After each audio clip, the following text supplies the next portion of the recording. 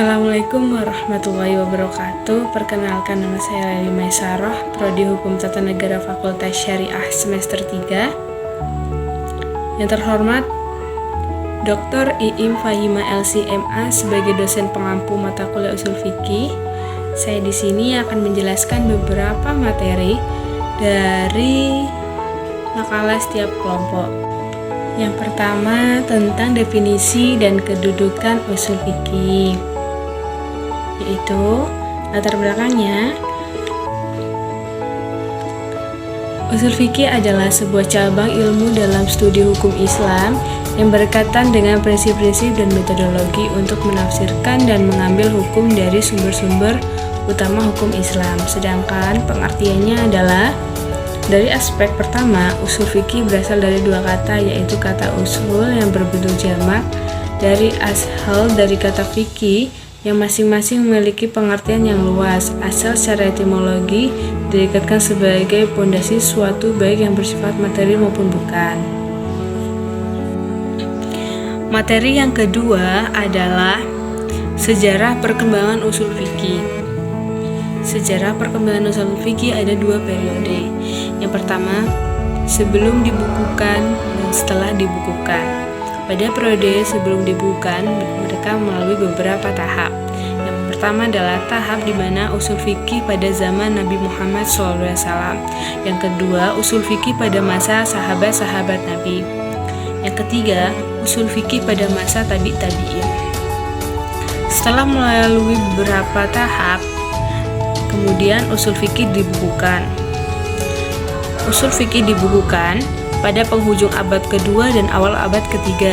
Imam Muhammad bin Idris al-Syafi'i tahun 150 Hijriah sampai 204 Hijriah tampil beberapa dalam meramu, mensistematisasikan dan membukukan usul fikih.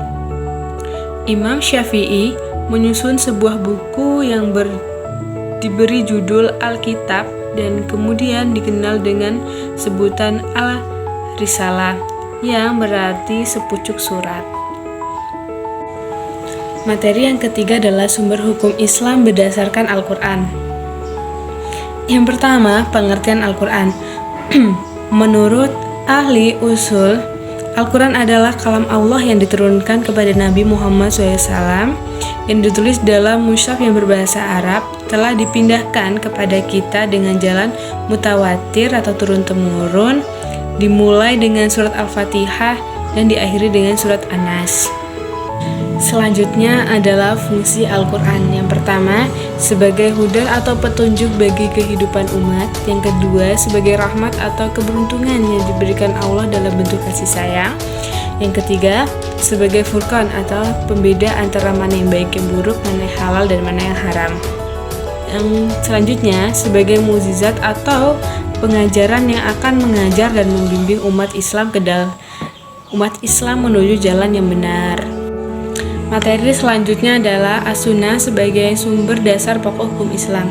Secara bahasa, Al-Sunnah dari sudut bahasa bermaksud jalan, kelakuan, tabiat, keadaan masa hidup, rupa, ketetapan, dan kebiasaan. Sedangkan secara istilah, dalam bidang ilmu usul pula, para ulama usuliyin seperti Al-Syafi'i mendefinisikan Al-Sunnah sebagai segala sesuatu yang ditetapkan oleh Rasul serta tiada mempunyai sembarang ketentuan dalam Al-Quran. Materi selanjutnya adalah ijma dan qiyas. Ijma, pengertian ijma.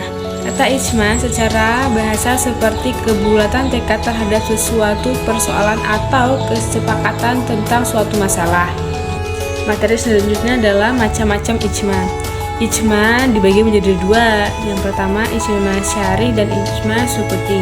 Ijma syar'i ialah seperti mujtahid menyatakan bahwa mereka menerima semua yang disepakati, sedangkan ijma sukuti ialah sebagai mujtahid pada saat menampilkan pendapatnya secara jelas mengenai suatu peristiwa dengan sistem fatwa atau dalam majelis. Yang selanjutnya adalah qiyas. Pengertian qiyas. Qiyas merupakan suatu cara menggunakan rayu untuk menggali hukum syarah dalam hal-hal yang nas Al-Quran dan sunnahnya tidak menetapkan hukumnya secara jelas. Kemudian rukun qiyas. Rukun kias dibagi menjadi dua, asal dan far'u. Asal menurut ahli usul fikih merupakan objek yang telah ditetapkan hukumnya oleh ayat Al-Quran, hadis Rasulullah atau ijma.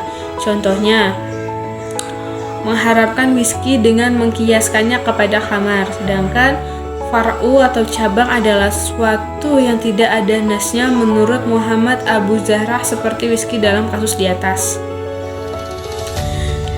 Demikianlah materi yang dapat saya sampaikan dari beberapa kelompok. Wassalamualaikum warahmatullahi wabarakatuh.